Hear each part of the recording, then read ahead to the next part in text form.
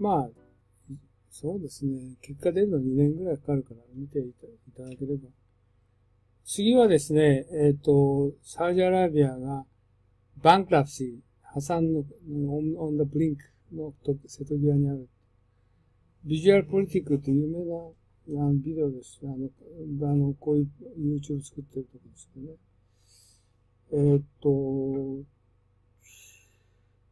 まあ、石油がね、今まで好きに勝手にできてましたけど、だから彼らはシーズンのハイレベルサブシディあるわけですね。電力なんとか全部タダだし、タックスも払わなくてよかった。No having to pay any taxes ね。で、since the falling of the oil price、オイル価格が下がっちゃったんで、everything has changed for Saudi Arabia. In 2015年に the deficit reached 15% of GDP ですね。is a situation continuing 2016, 2017. 多分ね、2010、ただこの時ね、50ドルまで下がったんですけど、今70ドルまで上がってきてるんで、まあどうですかね。それでもまだ赤字が続いてるでしょうね。スワローは、スワロー飲み込むっていうか、every penny saved during the 貯めたものがね、全部それで持ってなくなっちゃいますよ。very short period of time ですね。あとですね、ちょっとここの国は 70% of Saudi population is under 30なんですよ。30歳以下なんですね、7割が。それはものすごい将来性がある。ただね、they will require 2 million jobs over the next decade. この向こう10年間で200万人の仕事が無理ですよね。サウジアラビア3000万人ですからね。無理ですよね、200万人。いや、200万仕事って要するに、サウジが今、例えばフィリピン人とかね、ああいう雇ってでしょ？そういう人たちのレベルの仕事は、今、新しくサウジアラビアで出てくる人たちがやると思えないですよね。彼らやってると高度な、例えば、ノレジャブルなね、例えば、アドバンステクノロジーとかって、そういうのをやることになると思うんですけど、そんなことは無理ですよね。ということで、で、2014年の6月は114ドルもあったんですよ。今は70ドルですね。で、要するに今、サウジもどこもそうです。85% 石油収入に頼ってるんですね。これ前説明した通りですね。防衛費にもロシアよりも多く投資してるって言うんですよ。で、ロシアの方がはるかになんていうか力があるのは無駄遣いなんですよね。貿易世界3位でも。結局戦争があんまり得意じゃないんですね。まあ2015年3600億ドルの収入減少。で、サウジシティライトの GDP5500 ドル。これは格差がものすごくあるんでね。王族がほとんど持ってるから、実際には一般の人たちと、どうですかね。やっぱり、南アジアみたいに2000ドルぐらい低いんじゃないですかね。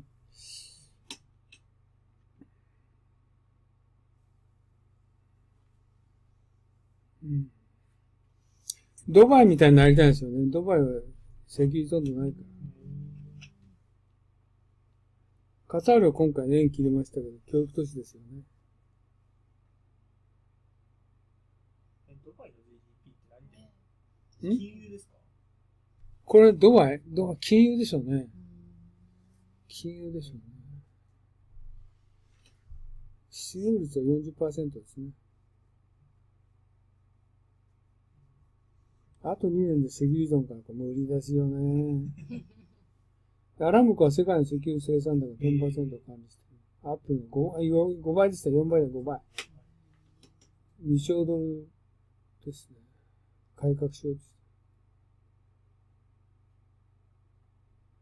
これは言いましたね。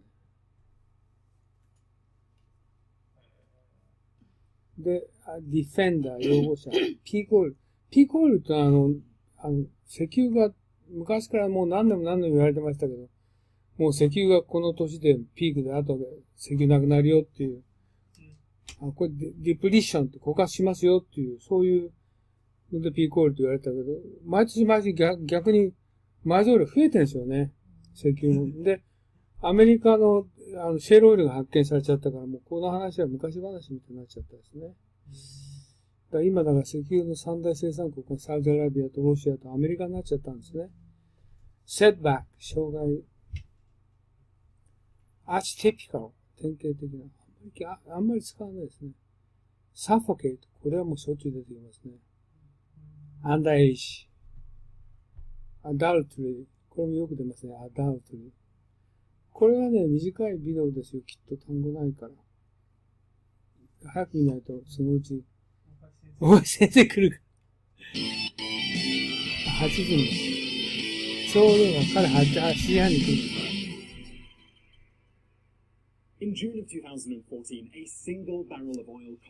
今説明したから内容わかると思います。This drop is far beyond the usual fluctuations of price of this raw material and beyond the predictions of pessimistic defenders of the peak oil theory. The theory that we are about to have a severe shortage because petroleum is always running out. ジョン・グリーンと一緒で彼もよくこういうの作 The ってる。 truth is that there are many different factors that suggest that the price of petroleum is going to remain low for quite some time. This is mainly due to two reasons. The first is the constant improvement of energy efficiency, meaning that we have a lesser need for energy. This is logical when you think that the group of OECD countries, that's the world's wealthiest countries, are using the same amount of primary energy as they used in the year 2000, but they are producing 30% more. The US is the biggest market, with 40,000 plug-in cars purchased there in the first 6 months of this year. A second reason is innovation and technological development, a field of expertise that is inherent to human evolution. This is a development that has occurred on two fronts, both fossil fuels as well as renewable energies. The best example of this might be fracking. This is a technology that has provided the world with a large amount of oil as well as natural gas. In フ fact, ラッキングというのはこのアメリカのシェールオイルの採掘の仕方ね。フラッキング。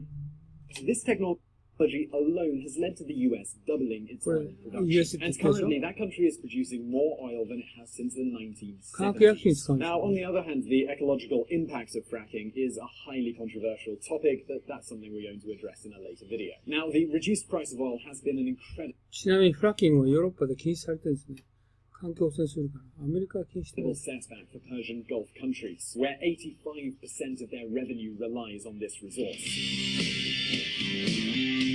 Up until now, this has allowed for the payment of all kinds of bills. Citizens have got used to high levels of subsidies and allowances, while also getting used to not having to pay any taxes. Oil has subsidized everything: water, electricity, fuel, low-interest loans. And citizens have also got used to the idea that they have a right to a well-paid civil service job. Furthermore, countries in the Persian Gulf have got used to spending an enormous amount of money on guns. In fact, they've spent so much money on weaponry that Saudi Arabia now spends more on its military than Russia. This makes it the country with the third largest military budget globally. これは信じられないでしょうね。サウジアラビアはロシアよりも、軍事予算が多い。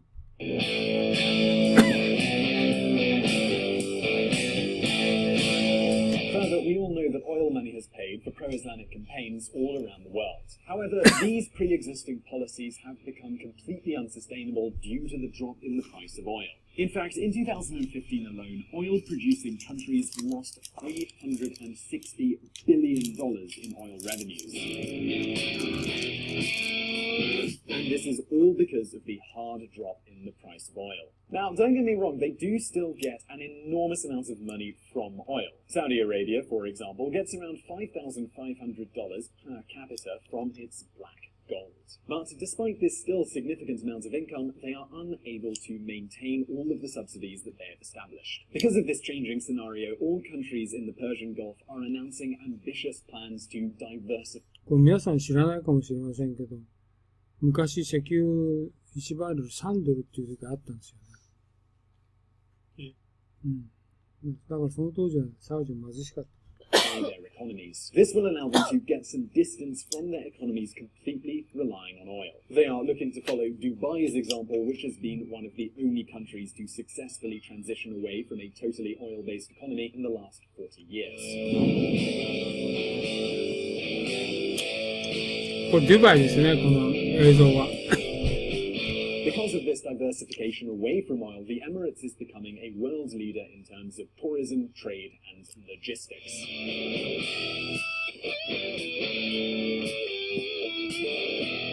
Tens of billions of dollars are being invested into Qatar with the hope that it will become an economy of knowledge. They proudly show off their education city, カタールはの a education huge city educational complex where some of the most prestigious schools in the world can be found. There are also notable researchers working there with budgets that seem almost infinite. However, the most archetypical case is the one we find in Saudi Arabia, one of the world's most suffocating and terrifying countries. Human rights in Saudi Arabia are nothing more than an illusion. Women are forced to marry underage and they can't even drive. Further, dozens of executions occur every year and torture is quite routine. Blasphemy, homosexual acts, treason and murder are punishable by death through beheading in Saudi Arabia and Islamic State. プラスフェミって冒 Further, 涜 the country has 冒 even 涜罪 banned theatres and nightclubs. In Saudi Arabia, religion and fundamentalism are more important than anything else. But their economic crisis cannot be escaped, and today they are facing a very complex situation. In 2015, the deficit was 15% of the GDP, and this continued into 2016. This is threatening to swallow up all of the money that they saved during the black gold years. Further, unemployment is becoming a major concern, and this is no more true than among young people. The unemployment rate is currently sitting for young people at around 40%.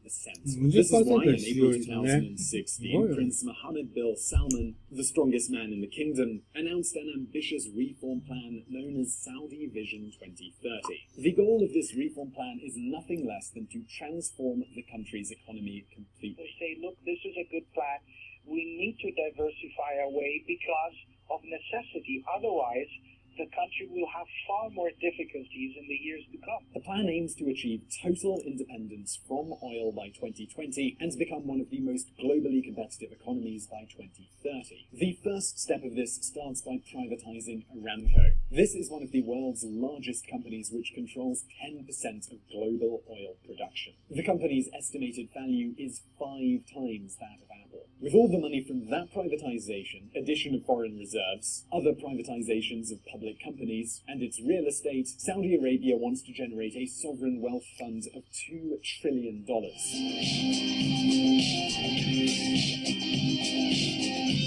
This will allow them to get a more predictable and stable income than they are currently getting from oil. They also want to eliminate many of the subsidies that are currently threatening their economy and invest in new sectors like mining, finance, and importantly, the military industry. Uber is getting a $3.5 billion investment from Saudi Arabia's Public Investment Fund. New taxes are also going to be introduced as another method of earning for the government. The prince also wants to change the higher educational system, which is currently closer to the Quran, and develop it to meet modern market requirements. But the big question has to be, is Saudi Arabia going to succeed? It is no easy task for a country to quickly become an industrial power, and it is unlikely that tourists are going to be drawn to a country which sees people regularly stoned for homosexuality or adultery. However, all of that said, Saudi Arabia's success will benefit the world no matter how repulsive we personally find their policies. 70% of the Saudi population is under 30 years old, and over the next 10 years, they're going to require 2 million jobs. We all know that when frustration, unemployment, and religious fundamentalism add up, the consequences can be truly dangerous. こう言ってるけど、やっぱり、例えば30歳以下7割が、エデュケーションに投資でしょ。教育ってさ、やっぱりスキルついてくる10年かかるんですよね。間に合わない。Dubai has proved that moderation and capitalism can lead to changes in fundamentalist regimes. We can only hope that Saudi Arabia can successfully follow the example that has been set by Dubai. この国多分ね、教科書なんかろくなものないから、まず教科書を整備するでしょ。それから先生教育するでしょ。でそれから子供教育するでしょ。やっぱり10年じゃできない。That is our opinion here at Visual Politic. We want to know what you think. Do you think Saudi Arabia will succeed? Do you think it will successfully follow the example that has been set by Dubai? Do you Dubai. 教育ってやっぱり50年かかるんですよね。think that capitalism can encourage moderation in countries like Saudi Arabia? Do let us know your opinion in the comments below. We're looking forward to reading them. And if you did like this video, why don't you give it a thumbs up below? It really helps us out. And don't forget to subscribe. We put up brand new videos. ということです。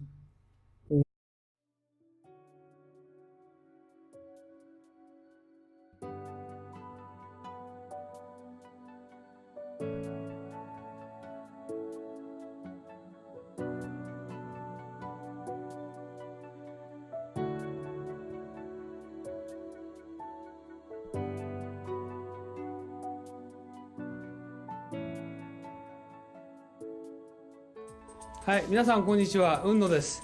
今日はですね、雲野塾の研修のプログラムをご紹介したいと思います。で、こういうふうなホームページありますけれども、ぜひですね、一度中身をご覧になっていただきたいと思います。今日はブーキューブさんのスタジオに来て、この収録をしておりますので、中身はこういうふうになってて、今最近ホットなね、グローバルリーダーの定義など書いてあります。で、特に経団連が作成しました留学すれば英語ができて専門性を持つというだけではですね、グローバルリーダーになれないとここに書いてありますようにですね、仕事ができる、専門性を持つ、英語ができるだけじゃなくてですね、私どもの塾ではリベラルアースということ、それからもう一つは孫子の平和、さらにはですね、日本の歴史というものを合わせて教えることによって皆さんが海外の欧米の方々と、もしくは華僑圏の方々と正々堂々と渡り合えるような人物を育成しようというふうなことを考えています。ここに次のスライドが出ておりますけれども、ここに書いてありますのはですね、さらに、私どもの雲野塾の中身につきましてはですね、欧米の資料しか使っておりません。また実際に雲野塾は英語でやっておりますので、英語の講師がこう話しておりますけど、学習はですね、日本の歴史をまだ教えてますので、学習の午後はですね、日本のプログラムをしております。で、以前はこれ有料だったので、今はですね、実際に会場費も取っていただいておりませんで、毎回5000円ということで、朝9時から午後5時までやっておりますので、ぜひ皆さんですね、ご検討の上ご参加いただければと。英語のできない方もですね、学習の午後こういうふうな研修をしておりますので、ぜひご参加いただければというふうに思っておりますので、よろしくお願いします。で、ここにさらにですね、グループ討議とか実務の勘どころを教えるって書いてありますけど、実際には私が10年ほどですね、欧米の新聞とか雑誌等をですね、集めてきた、もともと英語のベースでございますので、そうしたものをですね、50セッションのテーマに分けて資料作成をしております。そういうことで、世界のオペレーション、もしくはカントリーリスクも含めてですね、しかも世界のトップの方々に対してもいろいろな分析とか洞察をしてですね、議論をしております。そういったことも含めてですね、今後ともよろしくお願いしたいと思います。以上で私の挨拶を終えますが、今回のこのビデオの収録にあたってはですね、V キューブさんのスタジオをお借りしてですね、お時間を頂戴して、このビデオを作成させていただきました。よろしくお願いします。どうもありがとうございました。